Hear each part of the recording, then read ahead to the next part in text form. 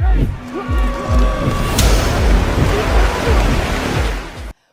up, UAC fans? Happy Friday. This is a very special episode where we're catching up with Kyle, the Chief Operating Officer of the United Athletic Conference. I'm Kendra Sheehan, and what a year it's been for the UAC. In year two, we had 3 teams make the playoffs: Eastern Kentucky, Tarleton State, and Abilene Christian. 2 of them advance to the second round. From your perspective, what have you seen as this conference continues to solidify itself as a powerhouse in the FCS? Absolutely. Thanks for having me today. Certainly, in year 2 of the UAC, really exemplified the strength of the league. Moving to an 8-game conference schedule really amplified the competition and gave a great resume for all of our teams, the 3 that you mentioned that made the playoffs, and really thought we should have had another team in there. Really being one of the deepest, strongest leagues in the country, and not only those strong teams, but strong individual performances as well.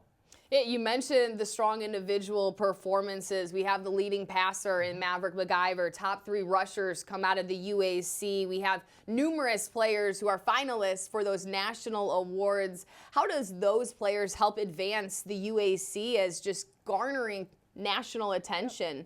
Certainly the individual accolades, and it's big for those schools, those players as well. We're fortunate. We get to brag on those individuals come award season time. The UAC is actually the only conference in the FCS that have multiple representatives being invited to Frisco for the national awards. So that's a big source of pride for us in the UAC, supporting those institutions and those players. Absolutely. It should be an exciting banquet on January 4th. I'll be hosting. Kyle, you'll be in attendance, and a chance to recognize some of our great UAC athletes. As we look at the 2 teams that still remain in the playoffs, we'll start with Abilene Christian. 24-0 win over Northern Arizona. Quite a statement, but they have a tough task against number 2 North Dakota State coming up. What are you looking forward to seeing the Wildcats? I know you're very familiar with head coach Keith Patterson. Yeah, absolutely. I was fortunate enough to be in attendance at that ACU Northern Arizona game. Really great defensive game plan, great performance that they put up last week. Look for more of the same.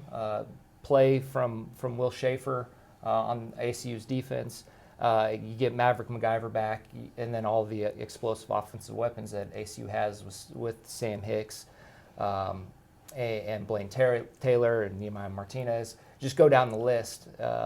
Jed Castles as well. Look for a lot of explosive offense in that, and certainly North Dakota State is the pinnacle of success in the FCS world. So, to beat the best, you've got to go up against the best, and this is certainly a good task that I know the folks around ACU are really looking forward to. Absolutely. A performance like they had in the first round, anything is possible with that offense, and of course the defense they have as well. When you look at Tarleton State, 43 points they put up in their win against Drake. 43-29 was actually the final score. They get the 4 seed, and they're at South Dakota for this one. I mean, Victor Dubalis has been on a roll, expecting another high-powered offense from them as well. Yeah, absolutely. I think with Tarleton, they just continue to do what they do. It's a good balance with Kayvon Britton. And then Gabalis and Darius Cooper on the outside as well. So look for it to be a really exciting. Just keep Tarleton doing what they do offensively. It's a tough place to play, and South Dakota's had an excellent year, and certainly one of those marquee teams in the FCS that you gotta knock off to get some respect. So.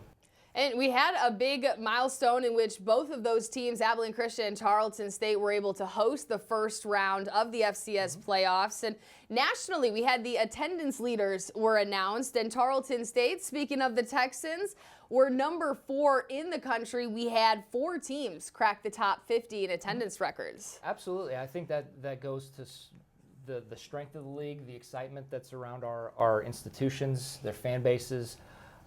You look at the average attendance, they're in the top half of the country, most all of our schools. So the players that are playing in these games are playing in big-time environments.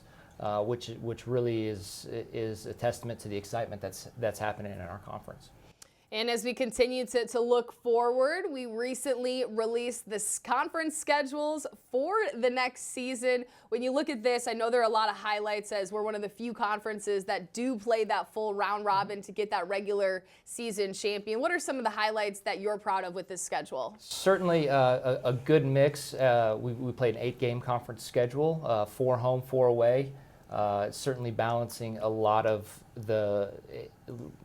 and maintaining a lot of the rivalries that have been existing, and some new ones that are budding out of this formation of this league.